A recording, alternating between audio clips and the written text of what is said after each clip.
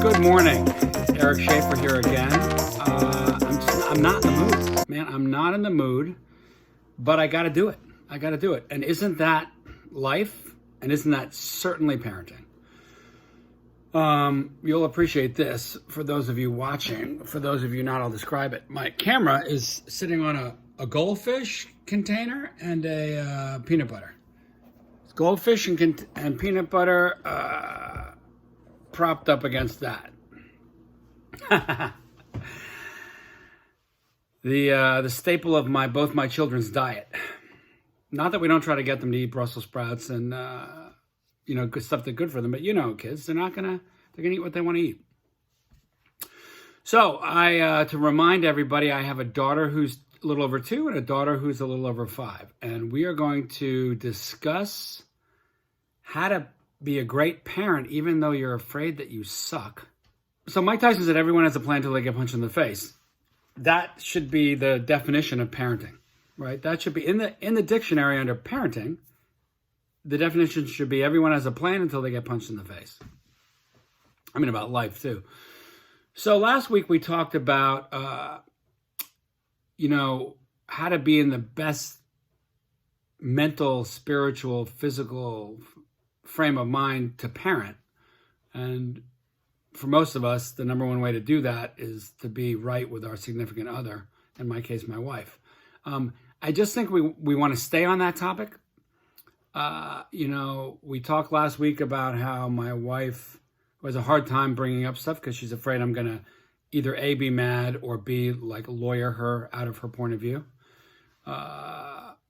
She has a point on both. I don't get that mad. I don't get that mad. I mean, sometimes I get mad, and I don't try to lawyer her out of her point of view. If her feelings are her feelings, I honor them 100%. But listen, if you want to have a conversation about something, I'm going to defend my point of view, and lay out how I think I'm right or wrong. And if I'm wrong, at the end of that conversation, I'll definitely admit it, and I'll try to change, which is what we talked about last week.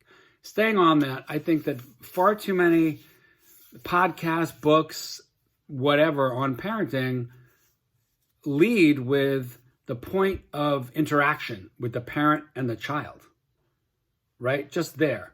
Bang, the parent this, the child that. And then they talk about that. But what is grossly under discussed is, again, who am I bringing to that moment of interaction with the child? I teased at the end of last episode, how I felt like since I brought in a vast majority of the money, that afforded me the pleasure of sleeping in for an extra 2 hours. So before we get to that specific thing, it's divvying up the workload, right? All couples, if you have someone helping you raise your kids, all couples do that and understand that and probably have issues with it. So this is how Sarah, my wife, and I divvy up the workload. We clean the same amount, right? I think that's 50-50. She'd probably agree with that. Cleaning up the house, right? Her domain is the laundry back there that you can see it in my background. She loves it. She loves the laundry. So that's like a thing that brings her joy, and she's on top of that. She does laundry all the time. Literally, you think it's a bad joke when at Christmas you're like, honey, I got you a laundry and a dryer, washing machine and dryer. Like most women want to punch you in the face, right? Like, thanks, get me something I actually like. In this case, literally my wife was overjoyed. That's all she wanted. So she does that. We got a dishwasher, which I never used to have growing up. That's incredible. So we fill up the dishwasher an equal amount of time. I might fill it up a little more than her, but that's pretty much equal. Before we had the dishwasher, that was my domain. I did the dishes. She did the laundry. I did the dishes. We sweep up the house an equal amount. I clean up a lot after my wife in terms of food. So if she eats or cooks or anything, I'm cleaning it all up. And that's not that thing that I cook, you clean. It's whatever. She leaves stuff out a lot more than I do. When I cook and stuff, I'll clean that up. So let's just say cleaning is 50-50. Taking care of the kids, she definitely does like 80%. in terms of, and it's also a feature of the dynamic of my wife and the kids. When I'm with the kids alone, if I'm not playing with them, they'll play by themselves, right? The 5-year-old and the 2-year-old, they're great. They play together, and they'll check in with me, and if I'm on the computer, they'll run over and hug me and interact with me, and then go off and continue playing. And and I'm working on the computer, or just messing around on the computer. Sometimes they're watching TV. When my wife's here, with me or without me, the 2-year-old is just on her constantly. Nurses, mommy, nurses, nurses, nurses.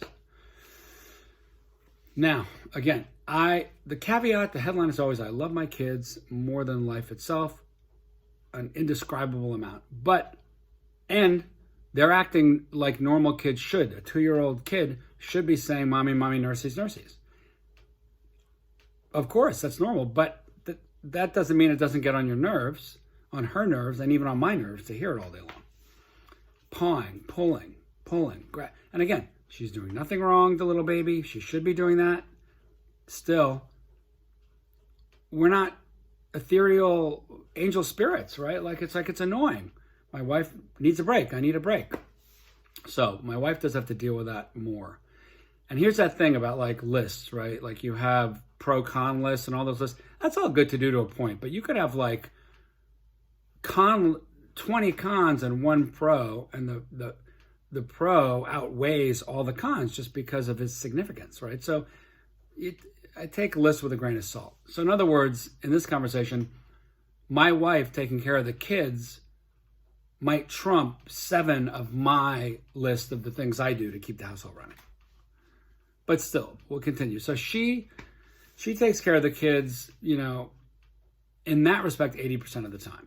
So heavily weighted towards her. My wife works 20 hours a week, 15 hours one week, 25 hours the next week. So 40 hours every 2 weeks. So 2 days, 3 days, 9 to 5. Now here's where it gets interesting. I work. Okay, so as a filmmaker and a writer, you're working in your brain all the time. Because of Los Angeles, I live on the East Coast. Their workday ends at 7. That's 10 o'clock here. So I might be getting calls during, if I try not to take them during like 4 to 7 when it's family time. But then I have to take them maybe afterwards. So my work life's kind of like all over the place. And being a creator of, artistic things. I know that sounds gross, but that's what it is. My brain's going 100%. Her brain's going 100% about the kids. So work-wise, no, I don't go out to a 9 to 5 job unless I'm shooting or editing, which happens once every couple of years. But when I'm home in this phase of either writing a script, whatever it may be. So her 20 hours at work in a store is fine, but the money that she brings in from that is really her spending money. That's money that I don't really touch, mess with. She works and she spends it on whatever she wants to spend it on. The money to run the household is 99% brought in by me. And it's brought in, and I can't even believe that I'm so old because it happens so crazy and fast. I took early pensions. So the money to run the household, very middle class existence. We don't have a lot of savings, but we're comfortable month to month. It's a month to month existence, a little bit of savings. We can go on a vacation once or twice a year. Sarah can buy $300 running shoes. I can go play a $1,000 poker tournament once a month, so middle class. Very grateful. I know a lot of people have way less money. A lot of people have way more money, but we're like middle class. And it's all from the pension I took early. I'm still working, but I decided to, for financial reasons, take the pension at 57 when I could. I didn't want to talk about the fact that I just took early Social Security because that's insane. Again, I will give you the gift of telling you this shit happens way before you think it's going to. Social Security, that's for like old white-haired people. I took it at 62. Again, financially, I think it's beneficial. So between that and the pension, that's 99% of the money in the household. I mean, I'll just tell you, my wife yesterday, she's 41. She took a sip of, she was just talking, took a sip of water and some dribbled out of her mouth. And she was like, "Huh?" And I'm like, yeah, it happens way before you think it's going to. Things you used to do with impunity that you don't have to think about now require arduous concentration to perform correctly, like drinking. Okay, you used to be able to just drink and talk, blah, blah, blah, blah, blah. Now, you drink and some water dribbles at you. Like, what happened? Is the cup defective? No. You are deteriorating at a rapid pace, starting at 35. The eyes go at 40. All this stuff you didn't even think about. You're welcome. Get ready. Because if you're prepared, like doctors tell you it's going to hurt because imagined pain is worse than actual pain. So then when it hurts, it won't hurt as bad because you thought it would hurt more because you imagined the worst. I'm telling you now, so it'll be less painful for you. When your eyes go at 40, at 35, you're bumping into stuff that you didn't used to bump into and can't drink or eat normally. So I bring in all this money because I'm old. Honestly, I felt like, so it's 50-50 in every other area of their life. She takes care of the kids more, but also she doesn't think that my work that I do of running the household, paying the bills, is real work. She's like, you want to trade? Let you come have the baby on you all the time, nurse the baby and take care of the kids and make sure that they have all their lunch boxes packed. You don't think about that at all. I don't. I mean, I make their lunch now, but I don't think about whether it's snack day or whether there's 3 jackets in there. I'm like, look, you look good to me. It's not that cold. Get out there. To an extent, you know what I'm saying. I make sure they're warm, but you know, she's always thinking about that stuff. I'm like, okay, I'm always thinking about paying the bills. And if I wasn't doing that, if I didn't have thoughtfulness about all that, and for her marathon she goes to run, all her trips she takes, I'm organizing the whole family's life around everything other than what the kids are wearing that day. And other school things that are in her brain. She doesn't really count that as real work. And I'm like, okay, yeah, let's trade. Because I guarantee you, I will take care of the kids and they'll still have all the outfits and have all the food to school. And you doing my job, we will be in financial ruin. Okay? Because you won't, and I love my wife, but that's not her strong suit. So I feel like that's even Steven. So the only place that it's not even Steven is that I'd submit, is that I bring in all the money to run the whole house. And I guess in my mind, that afforded me an extra 2 hours in the morning to sleep.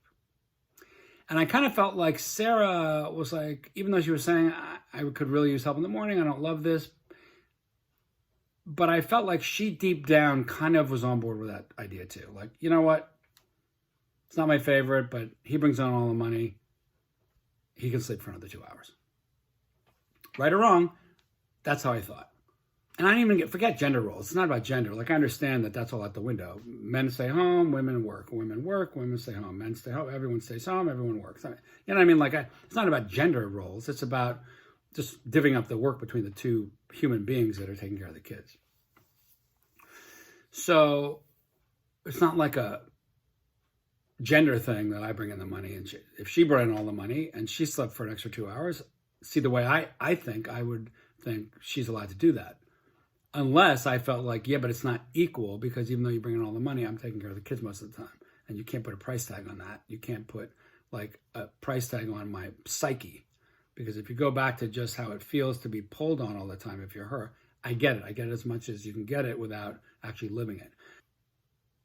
Now, when my wife sat there and was riddled with angst, sadness, confusion, clearly beyond distraught about how to go on, I don't want to say with life, that's too dramatic, but go on doing this, and was twisted up with pain in that moment in the car, describing to me how she really wanted me to get up and help her in the mornings.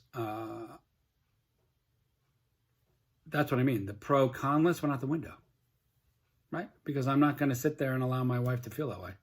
So I don't give a shit whether it really was even, or even whether a lot of you out there listening might go, well, wait, she did way more than you anyway. Fuck the money. She feeds the kids. As my wife will say, you know, she keeps the kids alive from her body. Or whether you think it's even, or whether you identify with me and are like, you know what, you did even work, and but you brought in all the money. Regardless, I don't care, because it's that would you rather be right or happy thing. And I'm going to be happy when my wife is happy. And all joking aside, happy wife, happy life. That's the God's honest truth. I'm happier when she's happy. So I didn't care in that moment who brought in what money or that, blah, blah, blah. I don't give a shit. I wanted to fix her. And that's the good part of being a man fixer person. Obviously, sometimes, you know, I don't want to, we'll get in another time about logic and emotion and men and women, all that stuff. But the good side of wanting to be a fixer is when I see a way I can fix something, I'm really good at doing it. So the way to fix that, my wife's hurt, was to wake up earlier, regardless of any of the lists and where I fall on the list of what I deserve because of what I bring in. Here's a new segment that I'm introducing today, which is called Advice from Someone Who Has No Business Giving It. But it's kind of not true, because I have absolute advice, absolute business giving advice, as we all do. As we all do, okay? So the advice that I would give, the takeaway from this is, do you want to be right or happy? You know, that's really the takeaway here.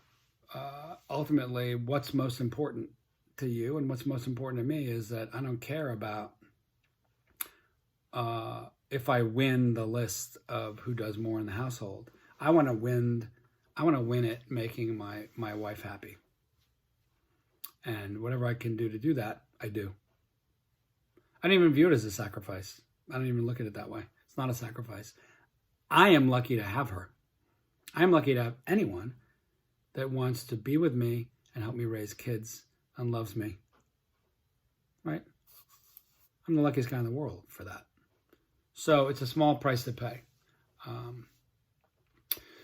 That's the advice from someone who has no business giving it segment. Next week, we're going to talk about, well, you're going to have your choice. Maybe you'll write in and tell me. You have a choice. Either when you wake up in the morning and you're in a great mood and you come down and you walk into your 5-year-old's room because she has to wake up and you say, "Hi, honey, good morning." And she says, "Don't talk to me. Go away." How do you act? Or your second choice is how to not get completely tilted when you come across people in the real world that are jerky assholes and say crazy shit to you, especially when you have your kids in the car.